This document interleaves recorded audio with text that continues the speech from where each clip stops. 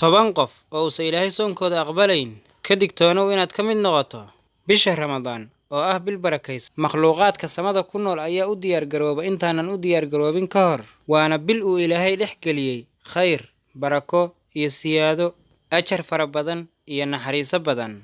Ka faa'iidaysta bishaan kana dhigta ajarka soomkiina iyo qiyaamuleylkiina mid ay Ilaahay ku raali gelinaysaan. Waxaana ku dhex jirta hameenka khayr badan 1000 bilood, waana Laylatul Qadarka, waana bishii uu Ilaahay subxaanahu wa tacaala dhexdeeda soo dejiyey Qur'aanka Kariimka. bishaan dhexdeeda waxaa sooma khalqi badan oo ka mid ah ummadda Nabi Muhammad sallallahu alayhi wasallam.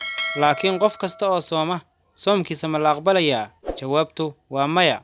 Mana dhahayo haa ilaa qof jaahila maahane. Waxaa jira dad badan oo la soomaya dadka muslimiinta laakiin uusan Ilaahay aqbalin soomkooda.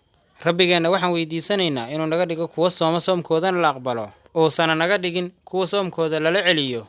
waxaa jira shakhsiyaal soomaya soomkoodana uusan Ilaahay aqbalayn. Soo raaca muuqaalkan si aan u baranno. Asxaabta qaaliga, waxaan idinka codsanayaa inaad channelka subscribe saartaan, gambaleelkana u furataan si ay idin soo gaaraan warbixinaha aan meeshan ku soo gudbinno. Nooca koobaad waa taariku salaadka. Salaadu waa tiir dhexaadka diinta, waana midka ugu weyn arkaanta Islaamka markii laga soo tago shahaadateynka. In laga tagana waa gaalnimo cad culimada badankooda agtooda. Maxaa yeelay haddii ay salaadu hagaagto dhammaan camalka kalena wuu hagaagayaa, laakiin haddii ay salaadu fasahaado dhammaan camalka kalena wuu fasahaadayaa. Waa sidee xaaladiisa qofka ka tagay dhammaanteedba?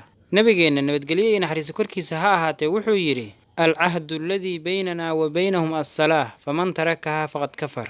ballanka noo dhexeeya annaka iyo ayaka waa salaada, qofkii ka tagana wuu gaaloobay.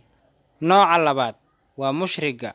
qofka Ilaahay u shariik yeela Ilaahay camal ka aqbali maayo intuu shirkigaas ku taagan yahay. Ilaahay ayaana yidhi: la in ashrakta la yaxbadanna camalaka. haddii aad Ilaahay u shariik yeesho camalkaaga ayaan burburinaynaa. waana dembiga ugu weyn uguna khatarta badan, taasoo ay muhiim ka tahay inuu qofka muslimka iska ilaaliyo. maxaa yeelay shirkiga ayaa ah dembiga ugu weyn dunuubta cala al-idlaaq. Ilaahay ayaana dembi kasta u dhaafa qofka muslimka ah, laakiin shirki uma dhaafayo. Ilaahay subxaanahu wa tacaala markuu ka hadlayana wuxuu yidhi: inna allaha laa yaghfiru an yushraka bihi wa yaghfira maa duuna daalika. Ilaahay ma dhaafo in loo shariik yeelo, laakiin wixii ka sokeeyo oo dhan wuu dhaafaa.